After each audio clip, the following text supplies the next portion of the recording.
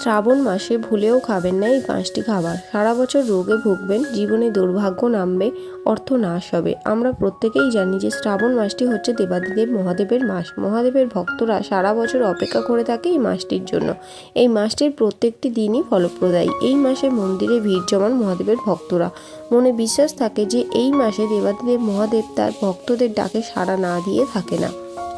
সমস্ত হিন্দুদের কাছেই শ্রাবণ মাসটির বিশেষ গুরুত্ব আছে, তাই খাবারের এই বিধিনিষেধগুলো আমাদের প্রত্যেকেরই মেনে চলা উচিত। কারণ দেবাদিদেব মহাদেব যদি রুষ্ট হন, পরিবারে নেমে আসবে চরম বিপর্যয়, দুর্ভাগ্য ও গৃহ অশান্তি।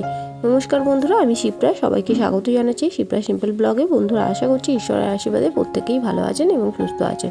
বন্ধুরা, সামনেই আসছে শ্রাবণ মাস। এবছর শ্রাবণ মাস পড়ছে 17 জুলাই থেকে 17 আগস্ট পর্যন্ত। শ্রাবণ মাসে 2024 সালে আমরা পাচ্ছি 4টি সোমবার। শ্রাবণ মাসের সোমবারগুলির বিশেষ গুরুত্ব থাকে, কিন্তু যদি আপনি সোমবারের ব্রত নাও করেন, তবুও খাদ্য খাবারের বিধিনিষেধগুলি সংসারের মঙ্গলার্থে আপনাদের প্রত্যেকেরই মেনে চলা উচিত। এবং শ্রাবণ মাসে একটি সোমবার দেবাদিদেব মহাদেবের নামে উৎসর্গ করে উপবাস রাখা উচিত। এর ফলে পরিবারের মঙ্গল হয়। তাই আমার সকল দর্শক বন্ধুদের অনুরোধ করব যে আজকের ভিডিওটি কেউ স্কিপ না করে পুরোটা দেখবেন। দেখার পর যদি ভিডিওটি ভালো লাগে তাহলে অবশ্যই একটি লাইক করবেন এবং কমেন্টসে লিখবেন হর হর মহাদেব। এবং বন্ধুরা, অবশ্যই শেয়ার করবেন আপনাদের নিকট আত্মীয় স্বজন ও বন্ধুবান্ধবদের সাথে। চলুন বন্ধুরা, আসা যাক মূল পর্বে। শ্রাবণ মাস হচ্ছে দেবাদিদেব মহাদেবের অত্যন্তই একটি প্রিয় মাস। শিব মন্দির তো বটেই, শ্রাবণ মাসে বাড়িতে বাড়িতেও শিবের উপাসনা করা হয়।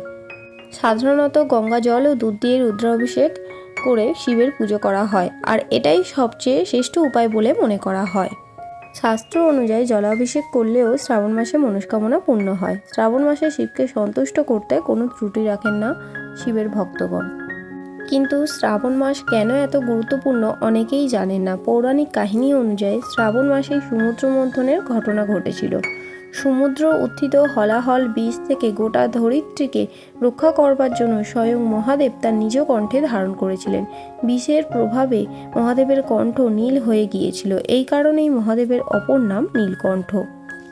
বিষের তীব্রতা হ্রাস করবার জন্য স্বর্গের দেবতারা শিব ঠাকুরের মাথায় গঙ্গা জল ঢালতে থাকে। এই কারণেই শ্রাবণ মাসে শিবের মাথায় গঙ্গা জল প্রদান করা হয়, আর তাতেই আদিদেবের আশীর্বাদ প্রাপ্ত হন ভক্তরা। শ্রাবণ মাস যেহেতু দেবাদিদেব মহাদেবের পরম প্রিয় মাস এবং এই মাসে প্রত্যেক দিন মহাদেবের আশীর্বাদ লাভ করা যায়, তাই এই বিশেষ মাসটিতে বর্জন করবেন আমিষ জাতীয় খাবার। উত্তর ভারত, দক্ষিণ ভারত বিভিন্ন রাজ্যে সমগ্র শ্রাবণ মাস ব্যাপী মাছ মাংস তো দূরের কথা, এমনকি পেঁয়াজ রসুনও ঘরে আসে না। কিন্তু বাঙালিরা যেহেতু ভোজন রসিক এবং আমিষ খাবারেই অভ্যস্ত, তাই বাঙালিদের পক্ষে একটু কষ্টকর হলেও এই শ্রাবণ মাসে নিরামিষ খাবারই গ্রহণ করবেন। কারণ শ্রাবণ মাসে যে দেবতা পূজিত হন তিনি হচ্ছেন পশুপতিনাথ। তিনি সমগ্র জীবজগতের রক্ষাকর্তা। তাই এই মাসে যদি আপনি আমিষ জাতীয় খাবার গ্রহণ করেন, শিব ঠাকুরের পুজো করেন, তাহলে কোনো ফল লাভ করবেন না আপনি। শ্রাবণ মাসের প্রত্যেক দিন নিরামিষ খাবার গ্রহণ করার চেষ্টা করুন। বিশেষ করে সোমবার ভুলেও আমিষ জাতীয় খাবার গ্রহণ করবেন না, এর ফলে মহাপাপ হবে। শ্রাবণ মাসে নিরামিষ সাত্ত্বিক আহার গ্রহণ করার চেষ্টা করুন। এর ফলে আপনার পরিবারের মঙ্গল হবে এবং পরিবারের প্রত্যেকের শরীর স্বাস্থ্য ভালো থাকবে। দ্বিতীয় যে খাবারটি শ্রাবণ মাসে ভুলেও গ্রহণ করবেন না, সেটি হচ্ছে একটি সবজি, এবং সেটি হচ্ছে বেগুন। বন্ধুরা, শ্রাবণ মাসে বেগুন খেলে পাপ হয় এবং শরীরে নানা প্রকার রোগ ব্যাধি তৈরি হয়। তাই বন্ধুরা, শ্রাবণ মাসে বেগুন অথবা বেগুন থেকে তৈরি কোনো সবজি খাবেন না। বেগুন একটি নিরামিষ সবজি হলেও বেগুনে এমন কিছু জিনিস পাওয়া গেছে যেটি শ্রাবণ মাসে পাওয়া যায়, যেটি শরীরের পক্ষে হিতকর নয়, এবং শ্রাবণ মাসে বেগুন খেলে পেটের সমস্যা দেখা দেয়। তাই বন্ধুরা, শ্রাবণ মাসে বেগুন বর্জন করবেন। তৃতীয় সবজিটি হলো লাল শাক। যেহেতু শ্রাবণ মাস বর্ষাকাল, আর তাই এই সময় শাক জাতীয় জিনিস খেলে তাতে হজমের নানা রকম সমস্যা দেখা দেয়।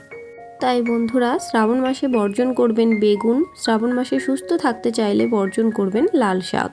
পঞ্চম যে খাবারটি বর্জন করবেন সেটি হচ্ছে কাঁচা দুধ। বন্ধুরা, আমরা সকলেই জানি কাঁচা দুধ শিবলিঙ্গে অভিষেক করানো হয়।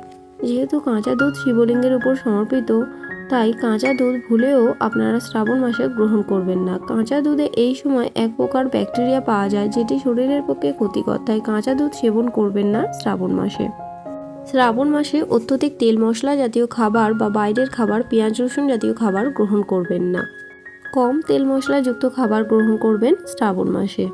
এই বছর শ্রাবণ মাসে পড়েছে 4টি সোমবার: 6ই শ্রাবণ, 13ই শ্রাবণ, 20শে শ্রাবণ এবং 28শে শ্রাবণ। এই 4টি সোমবারে যদি আপনারা মহাদেবের পুজো করেন তাহলে মহাদেবের আশীর্বাদে আপনাদের পরিবার বাধা বিপর্যয় মুক্ত হবে এবং পরিবারে সুখ সমৃদ্ধি বিরাজ করবে। বন্ধুরা, এই মাসে 4টি সোমবার যদি আপনারা পালন করেন তাহলে পঞ্চরবি শস্য অর্জন করবেন। পঞ্চরবি শস্য বাদ দিয়ে আপনারা এই দিন সাবু জাতীয় বা শ্যামা চালের তৈরি কোনো জিনিস গ্রহণ করতে পারেন, তবে রুটি জাতীয় কোনো খাবার গ্রহণ করবেন না, ভাত জাতীয় কোনো জিনিস গ্রহণ করবেন না। তবে এটা তাদের জন্যই প্রযোজ্য যারা এই ব্রত রাখবেন।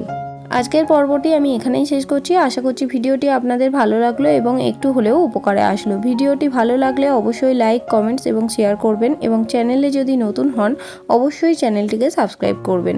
দেখা হবে শিপ্রা সিম্পল ব্লগের আরও একটি পর্ব নিয়ে। সবাই খুব ভালো থাকবেন, সুস্থ থাকবেন।